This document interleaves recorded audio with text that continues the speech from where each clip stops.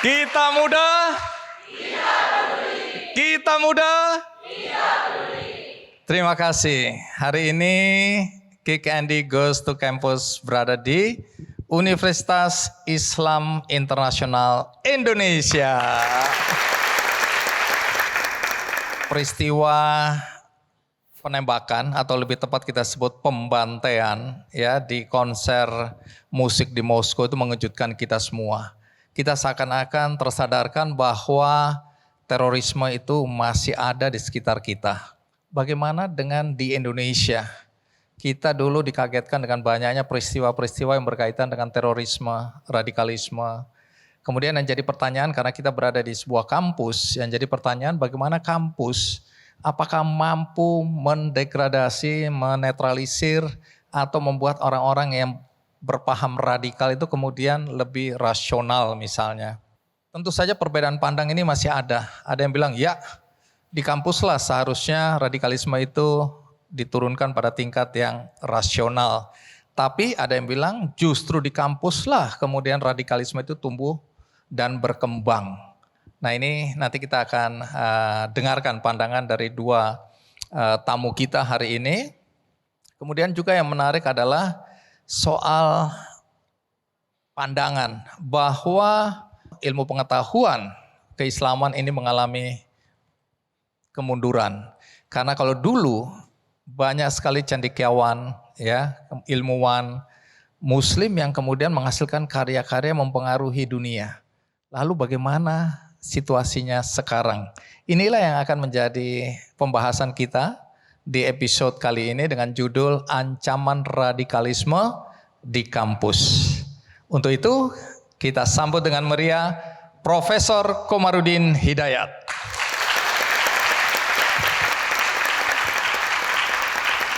Mas Komar, matur nun ya. Akhirnya saya berada di tempat yang luar biasa ini ya. Silakan duduk dulu. Karena kita sudah ada di sini dan saya sudah menyebutkan nama universitasnya atau disingkat jadi apa? UI 3. UI 3. Ini dulu didirikan untuk apa? Namanya kan Universitas Islam Internasional Indonesia. Ya. Dulu tujuannya apa nih membangun? Karena Anda salah satu inisiatornya kalau nggak salah. Banyak negara-negara Muslim itu yang sudah punya kampus berstandar internasional. Dulu Islam masuk Spanyol itu tidak sampai 300 tahun itu melahirkan pusat peradaban, yaitu lembaga pendidikan. Di Baghdad begitu, Damaskus begitu. Tapi itu declining pada abad 12 decline. Nah, Islam masuk Indonesia itu di saat ketika dulu di pusatnya itu garis ilmu pengetahuan berkembang, dah turun baru masuk Indonesia gitu. Jadi kira-kira Islam yang masuk ke sini itu sebenarnya Islam yang etos ilmu pengetahuannya itu sudah turun gitu.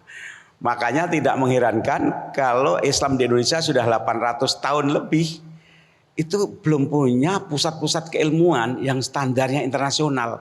Padahal itu sebagai satu indikator langit keilmuan itu adalah universitas. Padahal Indonesia itu kaya sekali pengalaman hidup beragama. Banyak alumni-alumni dari kampus papan atas dunia. Tapi kok belum punya. Bahkan Indonesia ini menjadi surga bagi para peneliti asing menulis tentang Indonesia. Makanya atas saran beberapa profesor di barat di Timur Tengah, mestinya kami itu datang belajar ke Indonesia. Masyarakat yang begitu plural, yang damai gitu. Nah makanya kemudian kami terdorong untuk mengusulkan lembaga ini. Jadi ini merupakan corong mengenalkan Islam pada dunia, sekaligus juga sebagai bandara atau hub keluar masuk ilmu pengetahuan, ilmuwan datang ke sini sehingga ke dalam meningkatkan institusi kita. Dan sekaligus agar Indonesia dikenal oleh dunia dan kampus ini diharapkan juga menjadi resource university. Jadi kalau orang ingin sabbatical leave itu tidak usah ke Amerika, ke mana, ke luar negeri. Belajar aja di sini. Mau setengah tahun, 1 tahun kita sediakan. Karena dosen-dosennya, mahasiswanya, suasana internasional itu kita ciptakan di kampus ini. Tapi di satu sisi Mas Komar, saya ketemu seorang rektor, ya, saya tinggal di Banyumas sekarang, rektor dari sebuah perguruan tinggi agama. Dia bilang, Mas Andi, di tempat saya, di kampusnya, itu minat anak-anak muda untuk masuk ke perguruan tinggi agama, atau mungkin yang berbasis agama, itu menurut dia menurun. Saya nggak tahu ini indikator yang bisa kita jadikan patokan untuk di berbagai daerah atau cuma di situ saja? Sepanjang saya amati, saya temukan, itu betul. Banyak teman-teman saya, alumni dari pesantren, masuk IAIN, sekarang UIN, kemudian studi keluar, sekarang jadi ilmuwan, ambil bidang sosial. Sedikit yang mengirimkan anak-anaknya kuliah di studi agama. Jadi apa faktor utamanya ini? Karena bagi mereka agama sebagai profesi itu kurang menjanjikan untuk bekal kehidupan. Tapi agama sebagai iman, keimanan, etika itu tetap. Agama tidak cukup dipelajari hanya sekedar sebagai knowledge. Tapi agama lebih ditekankan sebagai karakter, sebagai values. Siapa yang tahu kalau Mas Komar ini sekarang memasuki usia 70 tahun?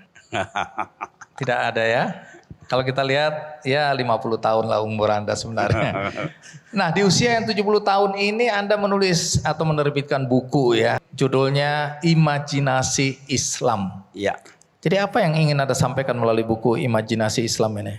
Buku itu sudah terbit 800 halaman. Antologi ada 50 penulis. Dan satu lagi autobiografi. Itu judulnya Jalan Pulang. Seni Mengelola Takdir. Itu. Yang buku pertama, saya menyampaikan pikiran gini, salah satu yang langka, yang defisit pada umat Islam, itu kehilangan imajinasi. Orang lebih sibuk pada urusan yang ritual, yang fikih, teologi, warisan masa lalu, dan juga sekarang punya mainan baru, partai politik itu. Tapi imajinasi apa tentang Islam masa depan yang dulu pernah diwujudkan dalam sejarah di abad-abad 7, 8, 9 itu pernah imajinasi Islam itu muncul dalam peradaban dan itu menginspirasi dunia. Apa yang dimaksud dengan imajinasi di sini? Imajinasi itu adalah satu blueprint, cita-cita, bayangan, ideologis, semi utopia gitu. Semua peradaban itu sebenarnya dimulai dari imajinasi. Sebuah cita-cita, sebuah gagasan besar. Nah sekarang pertanyaannya, apa sih gagasan besar tokoh-tokoh aktivis muslim itu? Kalau saya mengikuti pengajian-pengajian ujungnya masuk surga. Itu langsung loncat ke akhirat itu. Tapi bagaimana membangun pusat keilmuan, membangun pusat ekonomi, itu tidak ada, sedikit sekali. Padahal dulu ilmu pengetahuan itu lahir dari rahim umat Islam. Tapi kemudian tidak di-grooming, dipelihara, kemudian diternakkan telur tadi oleh Eropa dan Amerika. Dan sekarang umat Islam menganggapnya itu ilmu barat, ilmu sekuler. Padahal itu telur dari rahim umat Islam. Ini menarik ya untuk kita diskusikan. Tapi tentu harus ada teman diskusi lain yang akan kita undang ya. Orang yang selama ini juga di berbagai media agak galau terhadap situasi dan kondisi Islam. Baik di negara-negara belahan lain, di timur maupun di barat, dan termasuk di Indonesia yang menyuarakan dengan suara yang lantang. Dan juga termasuk radikalisme tadi ya. Pertanyaan kan, apakah kampus, termasuk kampus ini, itu mampu meredam paham-paham radikal, atau sebaliknya nanti kita kaget-kaget ternyata radikalisme justru tumbuh dari kampus-kampus. Nah itu bagaimana penjelasannya, tapi kita rehat sejenak. Saya akan segera kembali.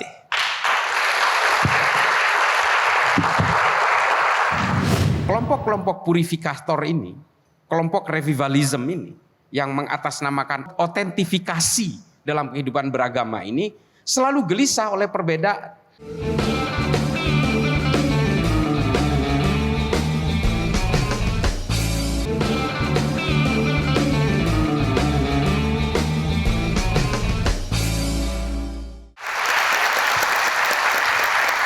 Kita kedatangan tamu satu lagi, Mas Komar, Ya. yaitu Islah Bahrawi.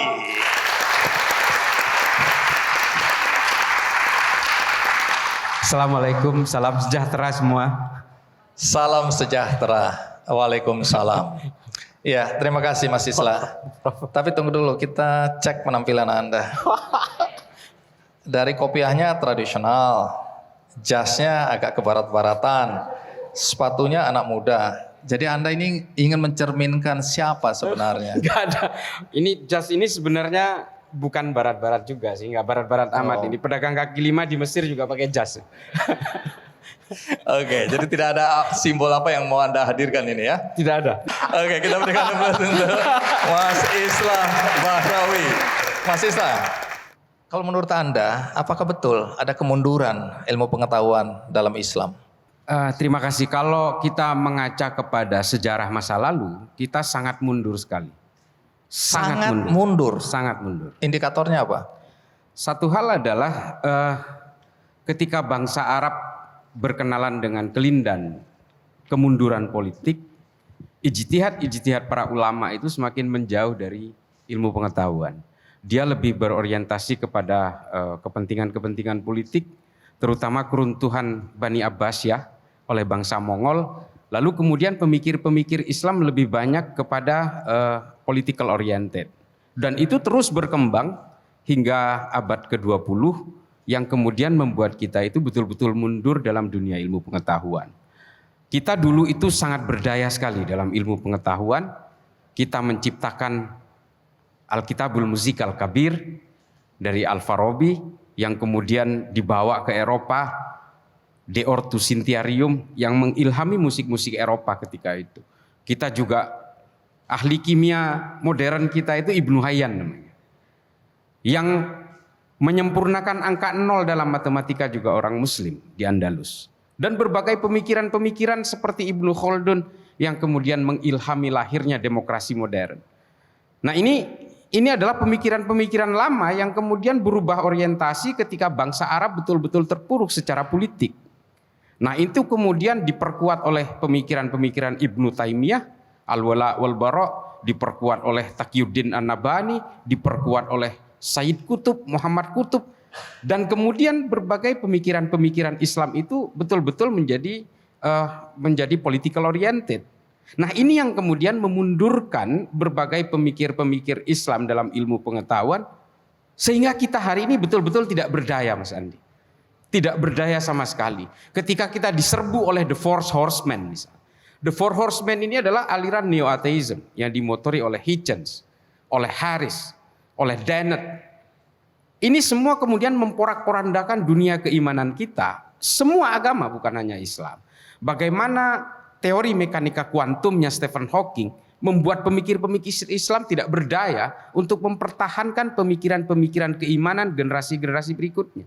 Kalau kita bicara radikalisme, banyak orang bilang kampus kan mendidik anak-anak menjadi lebih cerdas, pikirannya bisa lebih berdaya untuk memilah mana yang baik, mana yang buruk, mana yang cocok, mana yang tidak, dan seterusnya. Jadi orang berpikir rasional. Tadi saya sudah ungkapkan di awal. Menurut Anda, apakah kampus atau perguruan tinggi mampu memerankan peran untuk deradikalisasi paham-paham radikal? Islam ketika keluar, dia akan mengekspresikan ajarannya sesuai dengan problem yang dihadapi masyarakatnya. Jadi ketika Islam di masyarakat yang sudah mapan, di Amerika, ya etos etikanya, keilmuannya yang kemudian akan lebih tampil. Ketika ke Jepang juga tauhidnya, etos spiritualitasnya. Ketika masuk Afghanistan maka semangat perlawanannya. Jadi ekspresi Islam itu bermacam-macam sesuai dengan siapa yang dijumpai. Nah di Indonesia dan dunia ketika pada umumnya, kolektif memori dunia Islam itu marah melawan penjajahan. Dan ketidakberdayaan itu kemudian mendapatkan saluran dan paling mudah itu mendapat amunisi dari agama. Makanya bagi kawan-kawan yang sudah mapan secara ekonomi, intelektual, politik, mereka nggak akan radikal Yang radikal itu mereka sesungguhnya yang di pinggiran, yang mereka melihat ketidakadilan dan tidak dengarkan, tidak ada kanalisasi, maka kemudian agama sebagai satu amplifier yang paling ampuh. Di samping ada faktor lain, di antara mereka itu memang memahami agama kurang komprehensif, agak tekstual literer. Baik, ini menarik karena ada juga pandangan di luar sana yang mengatakan bahwa ya radikalisme ini tumbuh pertama karena kemiskinan, kemudian karena kurangnya pendidikan, dan ada sekelompok orang yang merasa kemudian ini dunia bergerak terlalu cepat, teknologi digital dan lain-lain yang mereka tidak mampu mengikutinya, tidak menguasainya. Sehingga ada sekelompok orang ini menurut pandangan yang beredar ya, mencoba menarik kembali ke zaman lalu di mana agama yang memimpin, kira-kira begitu. Sehingga mereka bisa eksis di situ, mereka bisa paham tentang apa yang terjadi, karena sekarang mereka merasa ditinggalkan, merasa nggak bisa mengikuti perkembangan zaman. Mas Isla, Anda setuju dengan pandangan seperti ini atau itu sebenarnya nggak benar? Kalau saya melihat, karena saya kebetulan juga sangat memperhatikan pergerakan radikal ekstrim dan teror di berbagai belahan dunia, saya berkali-kali datang ke daerah konflik terkait dengan ekstremisme atas nama agama. Rata-rata hampir dari mereka semua ini tidak terkait langsung dengan persoalan ekonomi sebenarnya. Jadi bukan karena faktor kemiskinan, bukan juga karena faktor kesenjangan. Ini gerakan-gerakan ekstrim belakangan ini ya, kalau zaman dulu mungkin ya. Tapi belakangan ini lebih kepada faktor ideologis, terutama gerakan-gerakan yang mengatasnamakan purifikasi di dalam Islam. Itu yang kemudian melahirkan pemikiran-pemikiran eksklusif di dalam Islam yang akhirnya diwujudkan dalam bentuk pemberontakan-pemberontakan amalia fisik.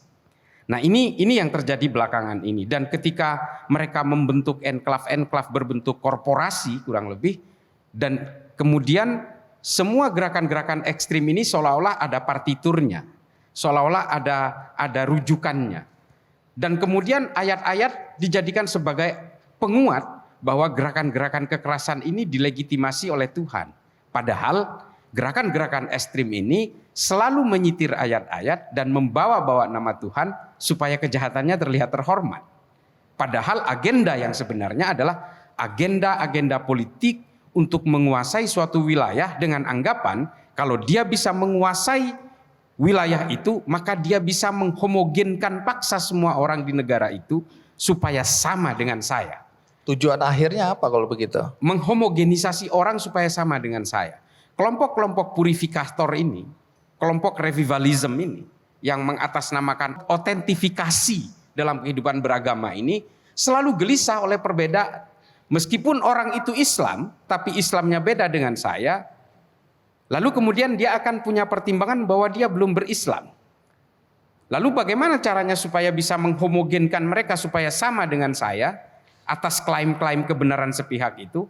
Maka saya harus bisa menguasai satu wilayah itu secara politik, dan dengan politik juga nanti produk-produk aturannya akan bisa menghomogenkan paksa orang-orang itu lewat aturan-aturan negara. Nah ini yang diimpikan oleh gerakan-gerakan Hizbut Tahrir, Ikhwanul Muslimin yang mengatasnamakan pan-islamisme, tapi sebenarnya ada political agenda yang berada di balik semua itu. Jadi Anda mengatakan bahwa gerakan-gerakan yang memakai bendera agama sering itu sebenarnya gerakan politik. Gerakan politik sejak dulu. Dan kita terpengaruh oleh umat Islam di seluruh dunia hari ini, betul-betul terpengaruh oleh pemikiran-pemikiran Arab pasca keruntuhan Bani Abbasiyah, karena memang bangsa Arab ini selalu vis-a-vis dengan persoalan-persoalan politik. Mulai dari bangsa Mongol, sampai kemudian ada perang salib, sampai ke gerakan-gerakan kolonial bangsa Eropa di negara-negara Arab. Sehingga kemudian pemikir-pemikir Arab ini yang kita adopsi hari ini, yang memang vis-a-vis dengan orang Barat, seolah-olah semua orang Islam harus membenci Barat. Nah ini semua yang harus kita downgrade, bahwa kita harus kembali kepada ilmu pengetahuan. Kita harus kembali kepada Imam An-Nawawi, kita kembali ke Ibnu Batutah, kita harus kembali kepada pemikir-pemikir Islam yang sangat mencerahkan pada zamannya ketika bangsa Eropa mengalami era kegelapan. Kita betul-betul berjaya secara ilmu pengetahuan, tapi ketika kita memikirkan hanya persoalan-persoalan keterpurukan politik, akhirnya yang berjaya orang lain. Kita tidak iri dengan kejayaan orang lain sebenarnya, tapi sayang kalau pemikiran-pemikiran Islam yang sangat menguasai pada eranya, Baghdad itu, Mas Andi, itu adalah New York-nya hari ini.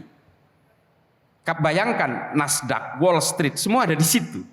Dan betul-betul epicentrum peradaban manusia itu ada di Baghdad ketika itu. Termasuk Baitul Hikmah, itu lembaga ilmu pengetahuan yang sangat luar biasa, menghasilkan banyak sekali magnum opus. Tapi kemudian kita kehilangan itu semua ketika kita dibuai oleh mimpi-mimpi politik. Semua perguruan tinggi dimanapun tempatnya itu memiliki vulnerability yang sama, memiliki kerentanan yang sama. Kuncinya satu, Mas Andi, kita harus kembali kepada kejayaan Islam. Apa kejayaan Islam? Sains, ilmu pengetahuan, filsafat, dan sebagainya.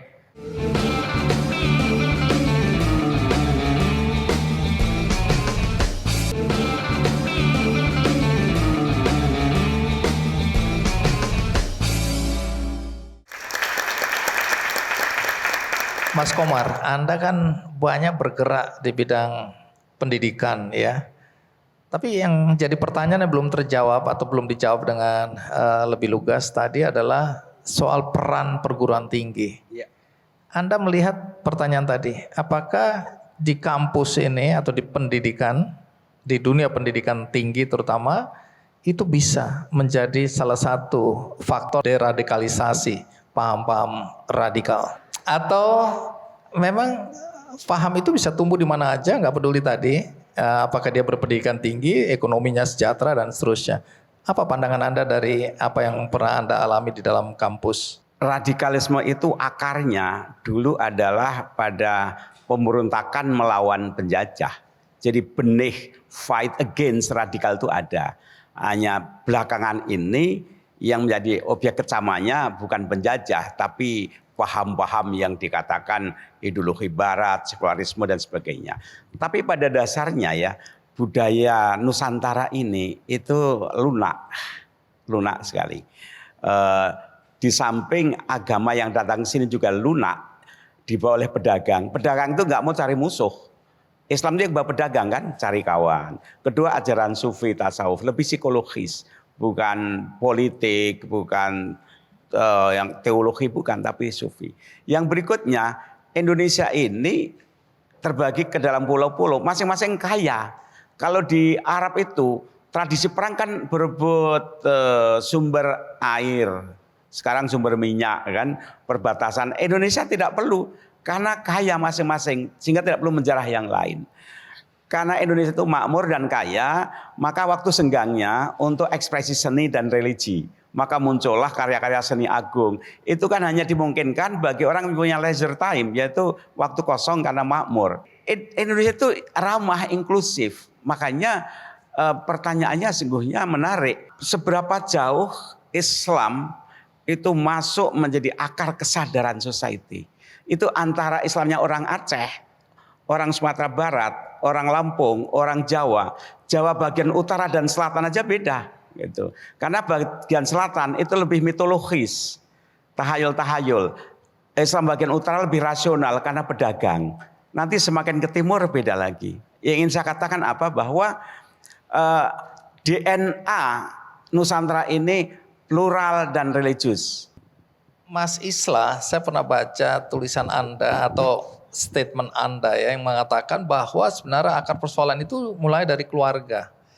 Keluarga yang kemudian kenapa banyak anak muda terpengaruh media sosial ya.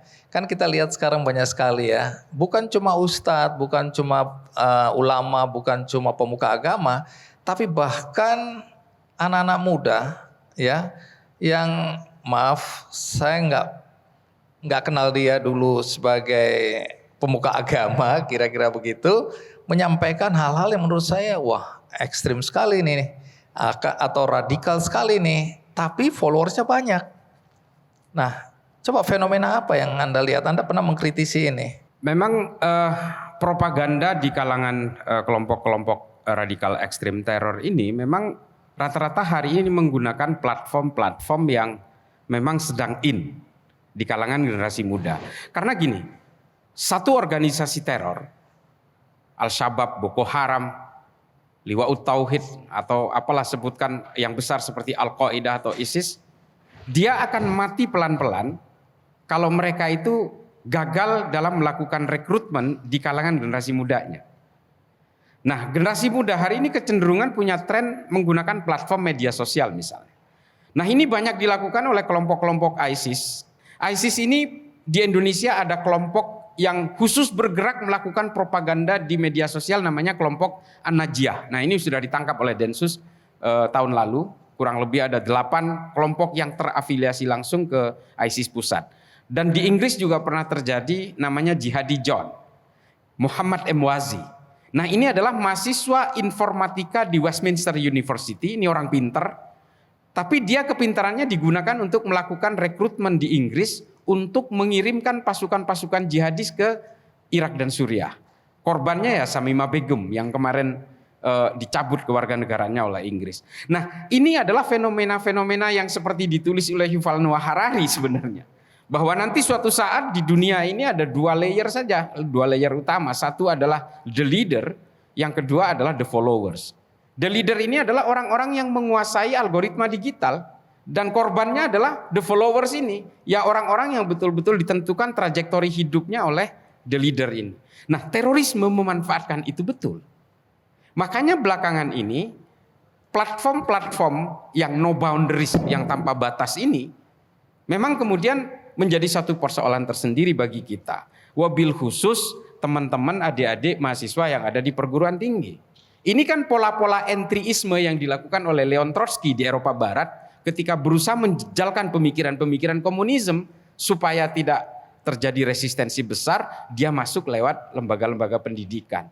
Nah, kelompok-kelompok radikal yang mengatasnamakan Islam dan membajak keilmuan-keilmuan Islam itu sekarang mulai disalurkan lewat pola-pola entryisme yang dilakukan Leon Trotsky seperti di kampus-kampus di Indonesia. Pemikiran-pemikiran yang seolah-olah kita harus mundur beberapa abad ke belakang untuk menghidupkan kembali sistem khilafah, itu sekarang kan dikampanyekan secara luar biasa di kampus-kampus oleh Hizbut Tahrir Internasional. Semua perguruan tinggi dimanapun tempatnya itu memiliki vulnerability yang sama, memiliki kerentanan yang sama. Kuncinya satu, Mas Andi. Kita harus kembali kepada kejayaan Islam. Apa kejayaan Islam? Sains, ilmu pengetahuan, filsafat dan sebagainya.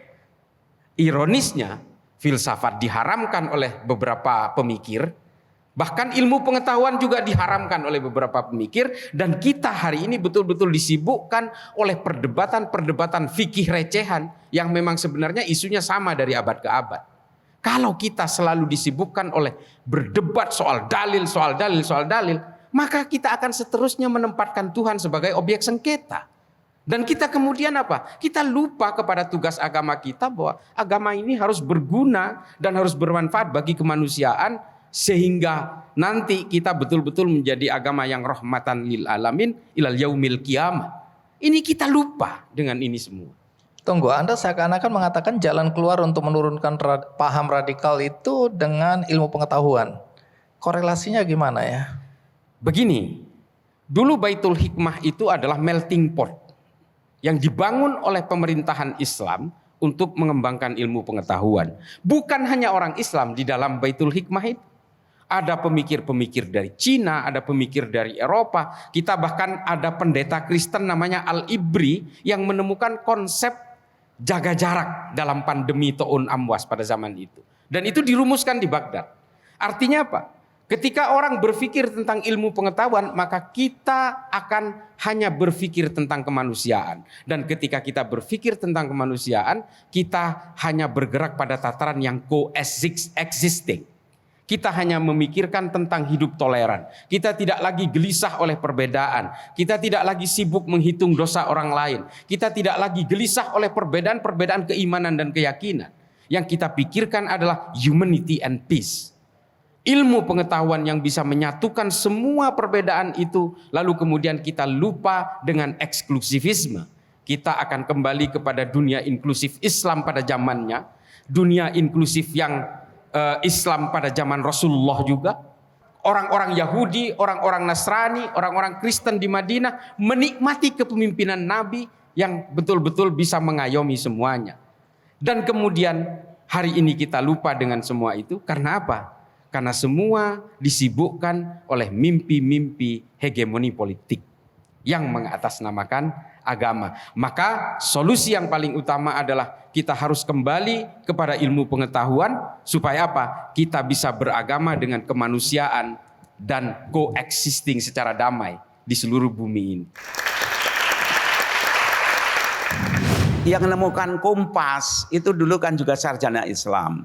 Hanya oleh Eropa itu digunakan untuk berkelana angkasa, kita hanya untuk melihat kiblat gitu. Karena jatuh ke fikih.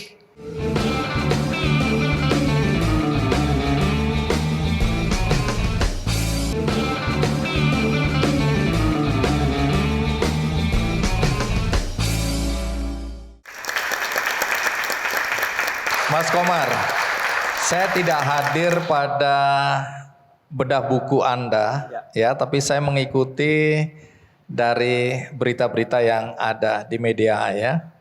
Nah, ini saya catat, mudah-mudahan tidak salah, ya. Di dalam bedah buku Anda, ini imajinasi Islam, ya. Ya. Itu kan ada Mas Ahmad Gaus, ya, seorang sastrawan, penulis, peneliti, dosen ini.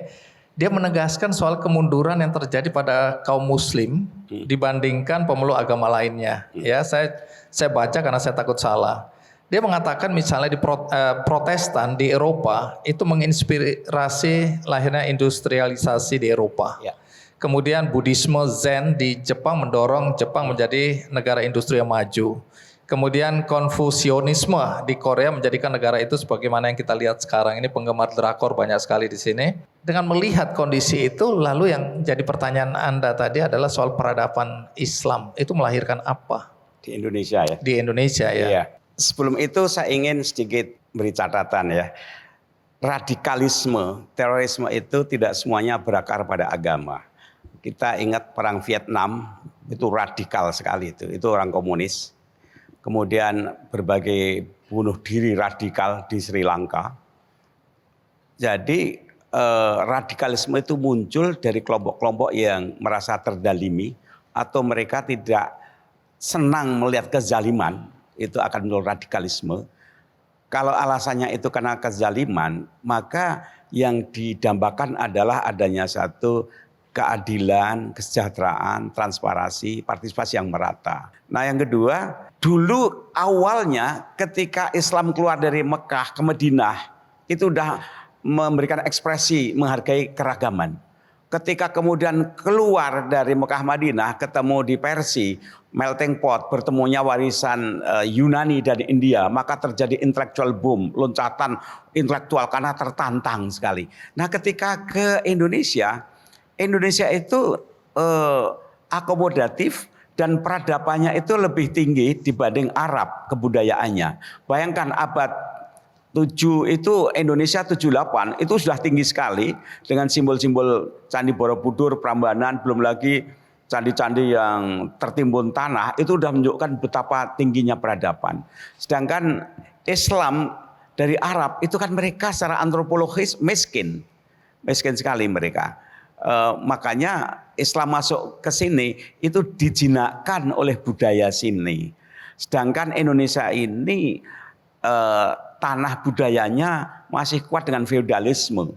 Baik karena mungkin tradisi warisan Hindu-Buddha, petani, religius feudalism, hubungan kiai santri, militer, dan jadi sungguhnya ada benih-benih merkantalisme ya, pedagang-pedagang di pesisir utara. Tapi secara umum budaya kita masih feodal.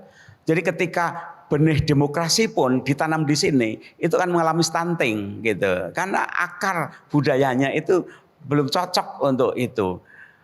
Jadi bagaimana Islam ke sini? Ya, Islam ke sini terjinakkan oleh budaya setempat. Oleh karena itu bagaimana membangun keislaman yang melahirkan etos ilmu pengetahuan, saya setuju sekali gitu.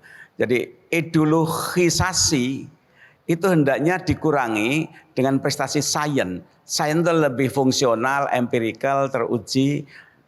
Kita kan lemah sekali dalam sains. Nah, ini menarik ya. Ini cara berpikir orang awam, sederhana sekali. Karena dalam kenyataan hidup kita ini, sering teknologi atau perkembangan zaman, perkembangan teknologi itu dipertentangkan dengan agama. Ada sejumlah pemuka agama di negeri ini yang mengharamkan, artinya, atau ini bukan Islam aja, ini berlaku di hampir semua agama yang menolak ya kemajuan teknologi dan selalu tanda kutip menganggap bahwa teknologi itu tidak baik, jahat dan seterusnya. Lalu bagaimana dunia pendidikan menyikapi ada pertentangan antara perkembangan teknologi dengan agama? Silakan Mas Komar. Banyak kiai-kiai yang ngirim anaknya itu studi sains di Indonesia. Anda boleh teliti itu. Jadi kalau mereka mertangkan sains itu sesungguhnya kalau diverifikasi tidak begitu kuat. Karena apa?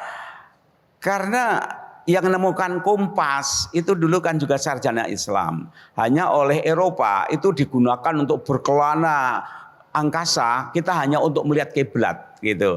Karena jatuh ke fikih. Yang menemukan senjata-senjata itu di Eropa itu menjadi alat industri, di kita kan untuk perang.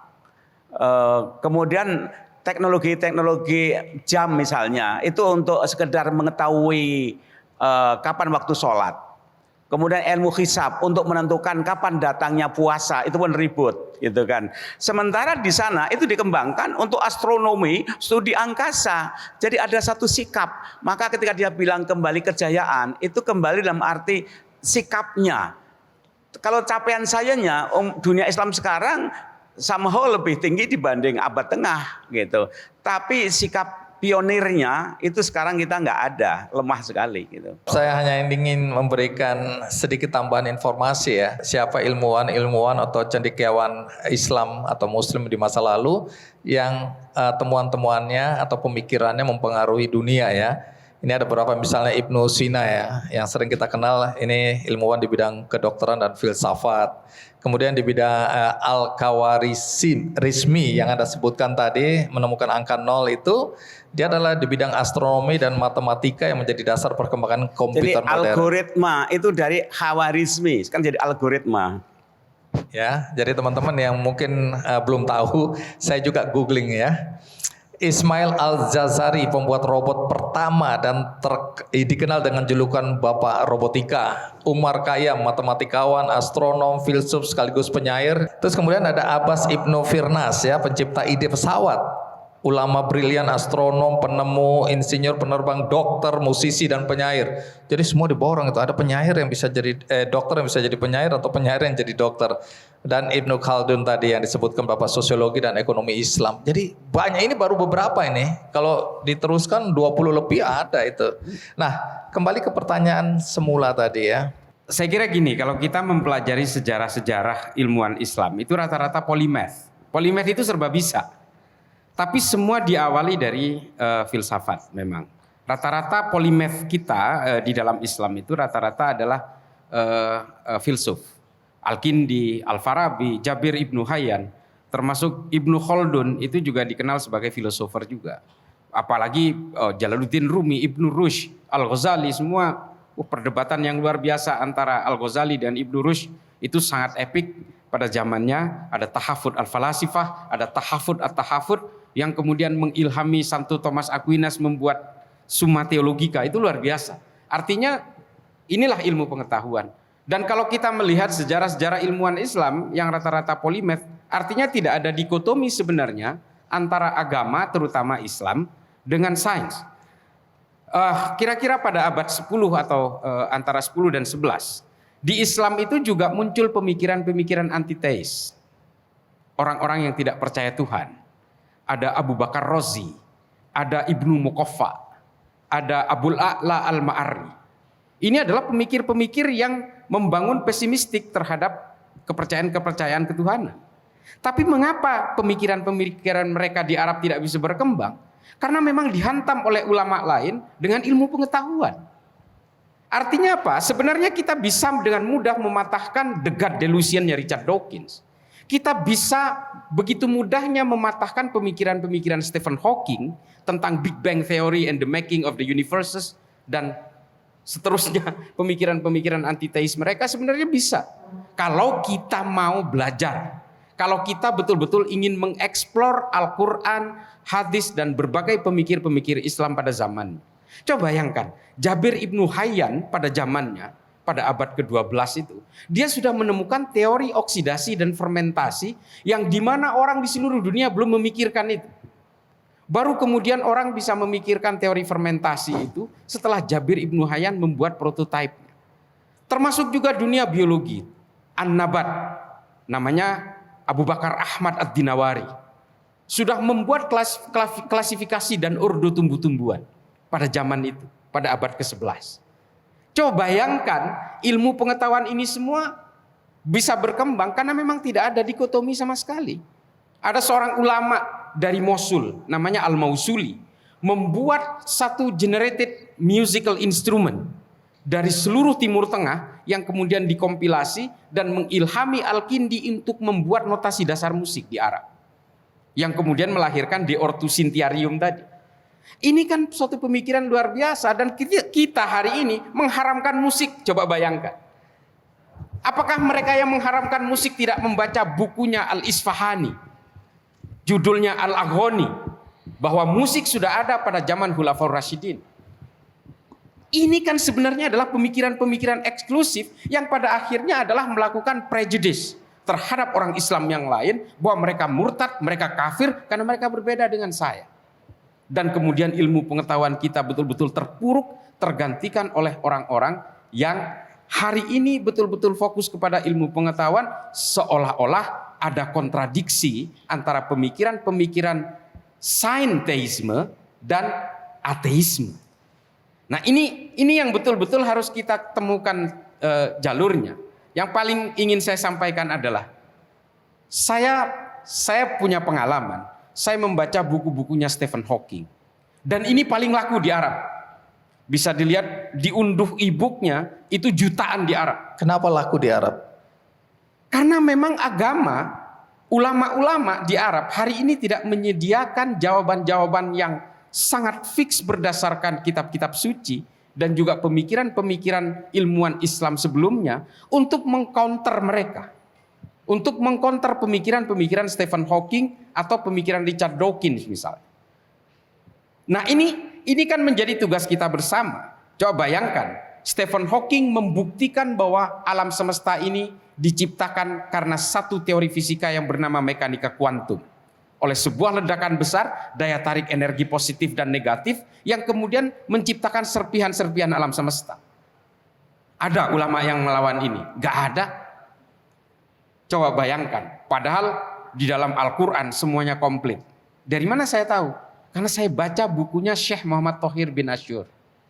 Bahwa teorinya Stephen Hawking dan teori penciptaan alam semesta yang dikutip di dalam Al-Quran itu sebenarnya sama, hanya beda istilah saja. Kalau Syekh Muhammad Thohir bin Asyur menyebutnya al-ittisal wal infisal, penyatuan dan pemisahan. Bahwa teori terciptanya alam semesta karena daya tarik oleh energi yang bernama air dan energi yang bernama petir. Beda majas saja sebenarnya.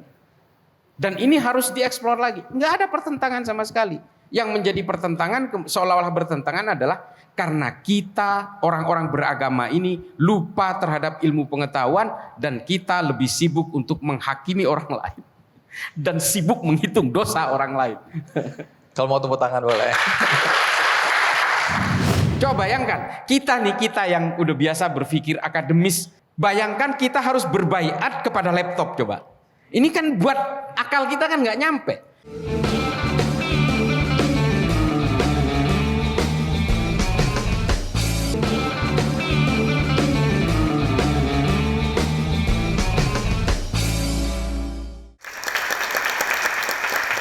Kalau saya yang bertanya terus kan mewakili apa yang saya tahu atau apa yang saya ingin tanyakan. Tapi kita juga harus menghargai teman-teman yang juga hadir di sini yang ingin bertanya. Silakan duduk dan bertanya, saya mundur dulu. Bagaimana sebaiknya kaum intelektual dan perguruan tinggi bersikap atas maraknya fenomena penyebaran radikalisme melalui media sosial? Karena menurut saya ini sangat cepat penyebarannya, dalam hitungan detik bisa ya. Dan untuk menderadikalisasinya itu butuh waktu mungkin. Nah, bagaimana peran perguruan tinggi untuk meredam paham radikal tersebut? apakah ada program-program khusus? Terima kasih. Wassalamualaikum warahmatullahi wabarakatuh.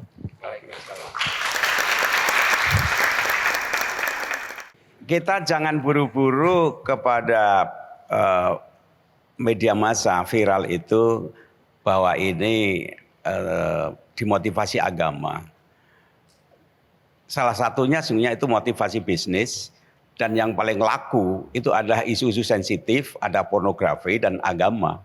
Oleh karena itu kalau ingin cari banyak follower buat yang sensitif, salah satunya adalah radikalisme agama. Dan itu ada buzzer-buzzernya. Di samping memang kelompok-kelompok yang radikal itu mereka pintar menggunakan teknologi itu. Lihat aja ketika terjadi peledakan bom itu kan mereka belajar merakit bom dari internet kan gitu. Radikalisme yang kita maksud di sini adalah dalam konteks pemikiran-pemikiran eksklusif. Sebenarnya ada istilah yang salah kaprah. Deradikalisasi itu sebenarnya adalah upaya untuk menurunkan nilai radikal kepada orang yang sudah terpapar. Kalau yang belum terpapar itu namanya kontraradikal. Saya termasuk orang yang sangat giat melakukan gerakan kontraradikal di kampus-kampus. Karena memang berbagai fenomena yang terjadi, saya kebetulan sudah datang ke banyak negara yang berkonflik. Saya sudah ke Somalia dan hampir semua negara yang berkonflik di Afrika, di Asia Selatan, Asia Tengah, di Timur Tengah, dan juga di Amerika Selatan. Saya sudah datangi semua, termasuk gerakan-gerakan teror yang mengatasnamakan agama Kristen, Hindu, Buddha di Myanmar. Itu juga rata-rata memang mengatasnamakan agama, seperti yang saya bilang tadi, supaya kejahatannya terlihat terhormat saja. Nah, lalu bagaimana kemudian cara mengatasi itu? Satu kuncinya adalah inklusif. Ini adalah salah satu pola yang gagal diterapkan di Somalia, makanya Somalia sampai hari ini gagal juga melawan kelompok-kelompok ekstrim terornya di sana. Karena tipologi, kembali lagi kepada Prof. Komar, budaya kita ini adalah budaya yang inklusif. Berbeda dengan negara-negara lain. Di Eropa, orang-orang yang terlibat dalam aksi teror dan ekstrim, termasuk di Inggris, meskipun dia keturunan Pakistan atau keturunan Arab, tapi sebenarnya dia English born gitu ya. Tapi sebenarnya mereka ini rata-rata punya pemikiran yang sangat eksklusif. Bahkan cenderung introvert. Nah, orang-orang yang eksklusif dan introvert itulah yang paling mudah terpapar lewat media sosial. Coba bayangkan, kita yang udah biasa berpikir akademis, bayangkan kita harus berbaiat kepada laptop coba. Ini kan buat akal kita kan nggak nyampe. Kita berbaiat lewat laptop, dituntun oleh video yang direkam dan disebar ke seluruh dunia, dan orang-orang ISIS waktu itu dari tahun 2010 sampai 2016 itu berbaiat di laptop. Itu ditemukan dalam beberapa tersangka yang ditangkap oleh Densus 88 di berbagai provinsi. Orang-orang yang bergabung ke ISIS di Suriah dari Indonesia itu. Coba bayangkan, ada pilot, ada dokter, ada doktor, ada pengusaha sawit. Dia sampai menjual asetnya puluhan miliar hanya untuk pindah ke sana, bergabung dengan mereka karena percaya bahwa Abu Bakar al-Baghdadi adalah khalifah yang akan bisa menjayakan Islam di seluruh dunia. Coba bayangkan, ini kan nggak masuk akal sebenarnya. Kenapa? Karena kita sudah kehilangan tradisi-tradisi rasionalitas berpikir yang sudah diwariskan oleh orang Islam dari sejak awal. Kita lalai di situ. Nabi betul-betul membangun bagaimana rasionalitas berpikir manusia itu digunakan dalam beriman maupun dalam bermuamalah. Coba, Nabi pernah memaksa orang untuk memeluk Islam? Tidak. Tidak pernah. Tidak ada sejarahnya. Tidak ada sejarahnya Nabi memaksa orang dengan pedang untuk masuk Islam. Tidak pernah ada. Kita cari di kitab-kitab tarikh manapun. Di At-Tabari, Al-Mas'udi, semua tidak ada yang menerangkan itu. Bahkan Nabi betul-betul mengayomi orang-orang non-Islam masuk Islam dengan cara kemanusiaan. Itu sahih itu. Nah, ini yang harus kita pahami semua hari ini, bahwa rasionalitas berpikir orang Islam hari ini betul-betul sudah mulai sangat minim, sehingga kita mudah terbius oleh berbagai mimpi-mimpi ideologi transnasional yang mengatasnamakan Islam, padahal itu untuk kepentingan politik. Kita berikan applause untuk Suhel. Oke. Terima kasih. Suhel, kamu dapat kenang-kenangan dari aku. Wah, kamu jadi keren banget. Iya. Satu lagi penanya, ya, oke. Saya merasa bahwa diskusi kita pada hari ini sangat menarik dan mungkin pertanyaan saya seperti ini Pak. Dari pandangan Bapak sampai saat ini, apakah masuknya paham radikalisme ke Indonesia ini merupakan bagian daripada skenario kelompok ideologi transnasional yang barangkali banyak orang bilang ingin menguasai dunia? Mungkin itu pertanyaan saya. Minta pandangannya. Terima kasih. Ideologi transnasional yang dimaksud itu adalah ideologi transnasional yang memang betul-betul baru masuk sebenarnya lintas negara. Mengapa kita menjadi seperti orang-orang yang mudah menjadi alat bandul politik, menjadi alat bentur politik, yang berperang Rusia dan Ukraina, tapi yang melakukan aksi teror, kenapa ISIS Khurasan? Ya karena kita mudah dibodohi. Kenapa kita bodoh? Rasionalitas berpikir kita sudah semakin menjauh dari bagaimana kita menjalankan kehidupan agama. Kita lupa bahwa DNA-nya Islam itu bukan politik. DNA-nya Islam adalah akhlak dan rahmat. Kita tidak diwariskan politik oleh Rasulullah. Bahkan Rasulullah meninggal pun, wafat pun tidak meninggalkan nama suksesornya. Sampai Rasulullah wafat penggantinya tidak disebutkan. Ini artinya apa? Rasulullah tidak ingin mewariskan kekuasaan politik. Rasulullah ingin mewariskan akhlak, rahmat, dan di tengah-tengahnya kemanusiaan, kedamaian, ilmu pengetahuan. Saya tambahkan ya, ketika komunisme telah bubar gitu, Barat belum musuh, diciptakanlah ideologi apa? Islam radikal. Jadi radikal Islam itu sebagian memang rekayasa Barat sebagai musuh. Tanpa musuh kemudian nggak ada alasan untuk intervensi, untuk macam-macam ke dunia Arab itu. Sehingga kita memang satu sisi ada semangat akar-akar pada teologi, tapi sisi lain itu produk dari rekayasa politik. Nah di Indonesia ini ideologinya lemah karena nggak punya musuh. Tetangga kita itu terlalu cantik-cantik, nice. We have nice neighbor. Brunei, bahkan Brunei itu sekarang menggunakan bahasa Indonesia, bahasa resminya. Takut sama Indonesia. Malaysia takut. Australia juga takut. Kecuali kita jadi pemain global. Kayak Korea Selatan itu saingannya adalah Cina, Jepang. Dia sebagai pemainannya bisnis dalam tingkat global. Jadi ada ideologi, ada pesaing, ada kompetitor. Kita nggak punya, akhirnya kawan sendiri ya kompetitor gitu. Itu Mas Andi. Baik, terima kasih, kita berikan aplaus. Ya, kamu juga ada pilihan kalau cewek, mau Hudi atau mau Imani? Hudi. Oke, jadi ini buat kamu, buat kenang-kenangan. Terima kasih. Kalau bicara rasionalitas ya, kampus kan harusnya orang-orangnya lebih rasional ya. Apa yang menyebabkan paham radikal ini bisa tumbuh di kampus?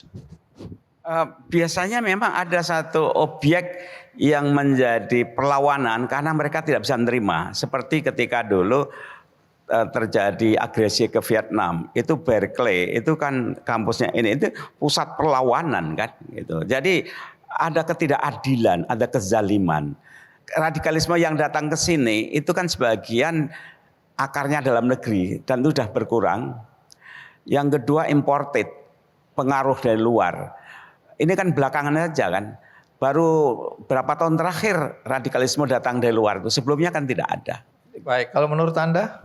Sebenarnya ada fenomena yang agak aneh di sini ya. Kalau kita lihat hampir semua anggota teroris, anggota organisasi teror yang ditangkap oleh Polri di kampus-kampus itu rata-rata adalah mahasiswa eksakta. Mahasiswa eksakta itu memang sudah terbiasa menjalani satu kehidupan ilmu pengetahuan yang tidak memiliki alternatif lain. Jadi dia betul-betul eksak. Sehingga apa? Ketika ada keyakinan dalam agama yang bersifat radikal, mereka tidak menyediakan alternatif dan opsi-opsi lain, sehingga langsung ditelan bulat-bulat. Dan kelompok-kelompok ini juga yang disasar oleh organisasi teror untuk direkrut karena mereka perlu bomb maker. Mereka perlu perencana taktis untuk satu amaliyah misalnya. Jadi memang di sini bertemu kepentingan itu, sasaran rekrutmen di kampus itu rata-rata mahasiswa eksakta Dan pada sisi yang lain, kemampuan mereka ini kalau tidak dibarengi dengan pemikiran yang inklusif dalam beragama, maka ini akan menjadi bahaya. So, the most important thing is, ini semua adalah persoalan politik, bukan agama. Kalau memang urusan agama, seharusnya tidak ada lagi perang lagi di Afghanistan sesama orang Islam. Karena toh yang berkuasa sudah Islam. Tapi apakah kemudian mereka aman-aman saja? Tidak tuh. Masih perang, ISIS Khorasan dengan kelompok Northern Alliance dengan kelompok Taliban di dalam Imarat Afghanistan. Masih. Kenapa? Karena ini memang basisnya politik yang membajak jubah-jubah agama dan membajak jubah-jubah kesalehan hanya untuk kepentingan kekuasaan. Saya nambahkan dikit Mas Andi. Mengapa para kiai, alumni pesantren, lingkungan mahasiswa UIN itu tidak mudah diprovokasi dengan ayat? Kok yang sebagian mahasiswa umum itu, kau kasih ayat itu kan langsung kaget, tercakres. Nah kawan-kawan dari alumni pesantren itu tafsirannya itu madhab siapa? Sebab ayat itu bisa multitafsir, makanya ada alternatif. Nah umat Islam kalau ingin melawan sains, kuasai dulu sains. Kalau dia nggak menguasai sains, dia nggak bisa menaklukkan sains. Hanya anti, padahal tidak mungkin hidup ini tanpa sains dan teknologi.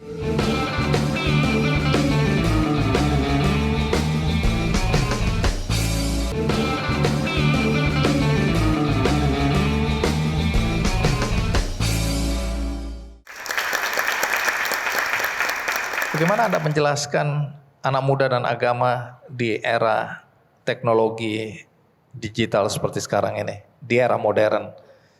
Anda dulu Mas Islah. Sebenarnya kalau kita mau berbicara tentang statistik, pemeluk Islam ini kan juga semakin berkembang secara kuantitas. Sangat berkembang.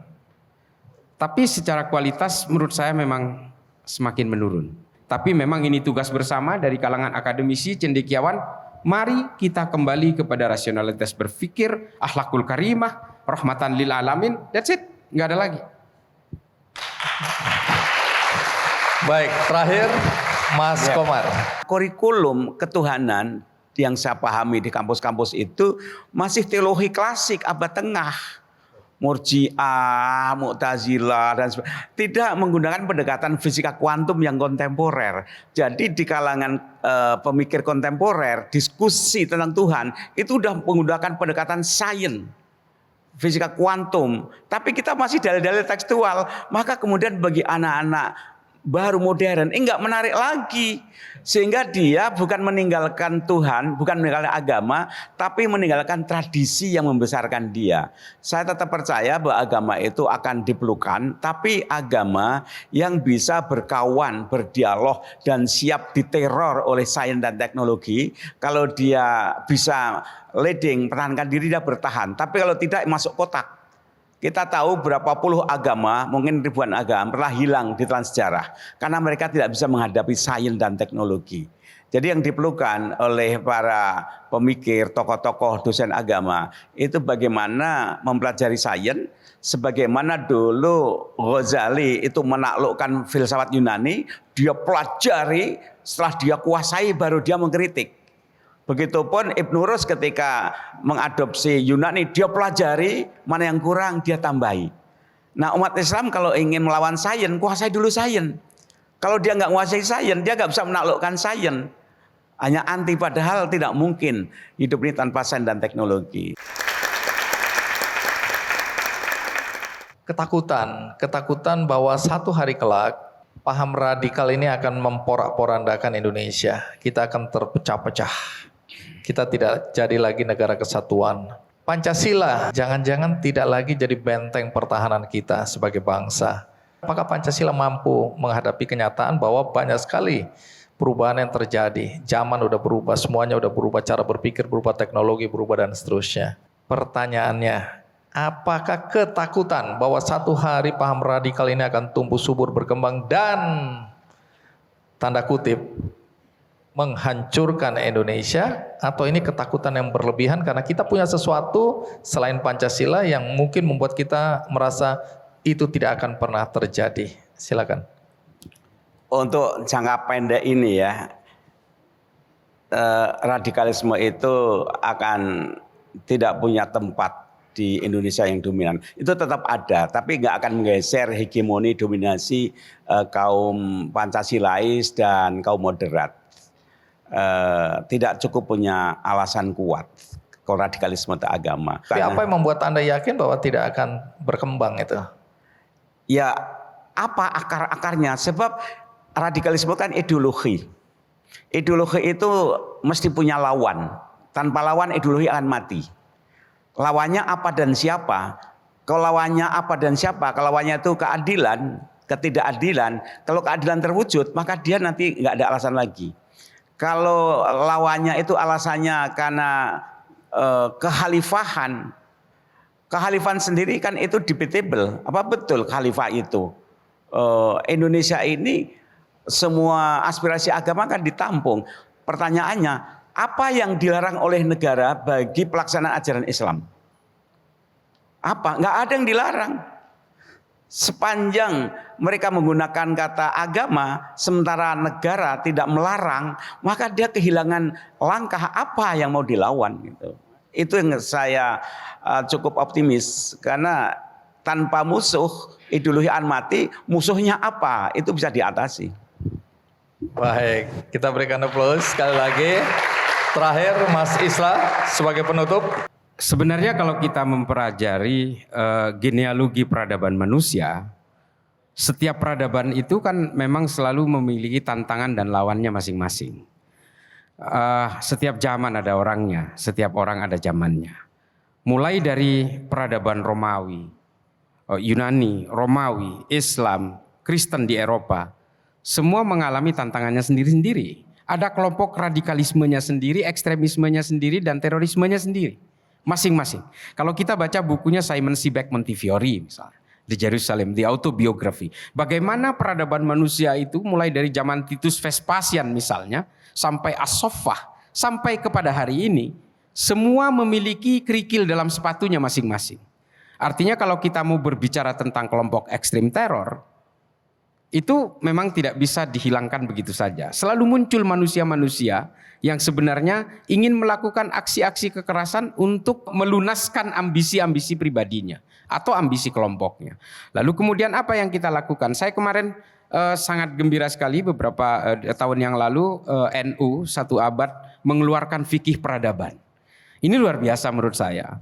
Saya banyak ketemu dengan beberapa cendekiawan muslim dari berbagai negara yang berkumpul di Surabaya ketika itu, sangat luar biasa. Fikih, Ya, coba isinya apa ini?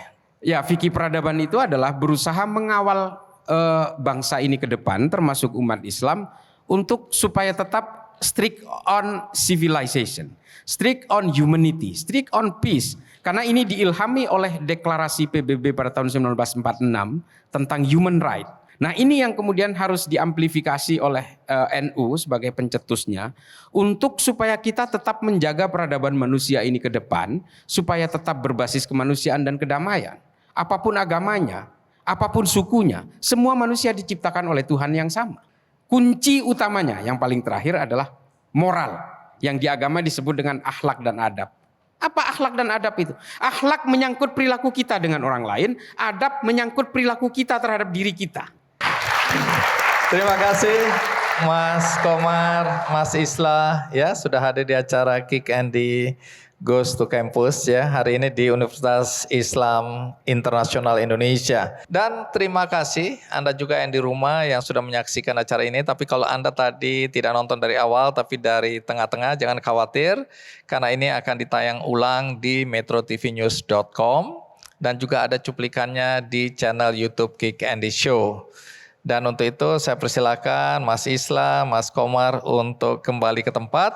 Karena di ujung ini saya hendak serah terima seremonial kebaikan. Kolaborasi antara teman-teman di Target Media Nusantara dengan benihbaik.com. Untuk itu saya undang Mas Reza Widodo, Chief Operating Officer Target Media Nusantara, dan Firdaus Juli, co-founder benihbaik.com. Mas Reza ketemu lagi, terima kasih sudah hadir. Om Fir, terima kasih. TMN adalah sebuah platform ya untuk promosi digital gitu ya, yang ada di berbagai perkantoran ya dan di tempat-tempat umum yang membantu juga ya, berkolaborasi membantu mempublikasikan cerita-cerita kebaikan, kemudian ajakan untuk berbuat baik, dan ini sudah dilakukan berapa tahun? Sudah berjalan tiga tahun. 3 tahun namanya ya. Pro bono. Pro bono. Pro bono teman-teman. Kalau orang berbuat baik itu biasanya orang baik akan ketemu orang baik ya. Amin. Jadi kenapa dulu Anda tergerak hatinya, atau Anda dan teman-teman ya TMN tergerak hatinya untuk mendukung program kebaikan yang dilakukan oleh Benih Baik? Apa dulu dasarnya? Terima kasih sebelumnya Bang Andi. Sebetulnya ketika pertemuan di awal, kesadaran sebetulnya dari penjelasan itu, dan ini sudah berjalan 3 tahun pun tetap ada kesadaran baru bahwa berbagi itu adalah usaha yang kecil tapi berdampak besar. Kita di perusahaan media punya kemampuan dan di posisi yang tepat sebetulnya untuk memperluas kesadaran itu. Gitu. Kemudian tahu bahwa berbagi tadi itu bisa berbuah, dampak positif itu selalu berbuah. Dan yang paling penting, hari pertama itu akan jauh lebih baik dibandingkan suatu hari nanti. Jadi sejak itu kita tidak pernah melihat adanya pengurangan, justru kita selalu meningkat. Laporan-laporan yang kami terima juga itu dampaknya semakin banyak orang yang kita raih, kita bantu dengan Benih Baik. Baik ya, terima kasih. Baik, silakan secara simbolik diserahkan karena ini ada kolaborasi ya. Inisiasi kolaborasi dilanjutkan kembali untuk tahun-tahun akan datang. Gerakan Kebaikan bersama Target Media Nusantara. Selama ini apa manfaat yang kita atau yang didapatkan oleh Benih Baik berkaitan dengan dukungan dari teman-teman di Target Media Nusantara? Kalau berbicara dampak banyak sekali Om Andi, karena kebaikan itu sebenarnya adalah sesuatu yang harus ditunjukkan, jadi harus diberikan contoh, dan contoh-contoh ini dengan dibantu oleh Target Media Nusantara, jadi bisa reach out ke lebih banyak orang yang aware, dan lebih banyak orang yang kemudian terbuka hatinya untuk berbuat baik. Dan ini merupakan satu contoh konkret di mana sebuah perusahaan, sebuah korporasi juga aktif memikirkan bagaimana mereka bisa berkontribusi bagi Indonesia. Ya, terima kasih. Terakhir, harapan dengan kolaborasi kebaikan ini apa yang diharapkan oleh teman-teman dari TMN?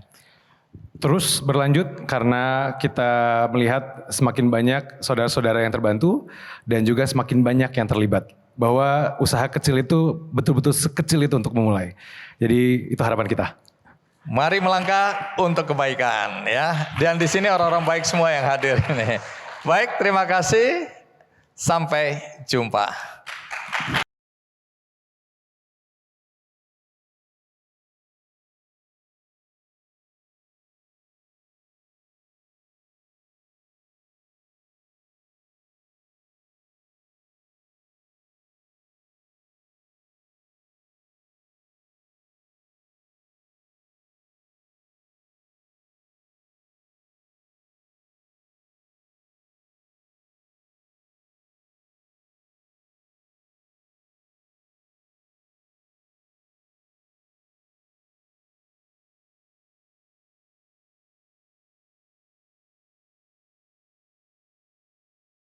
Jelajahi cara baru mendapatkan informasi. Download Metro TV Extend sekarang.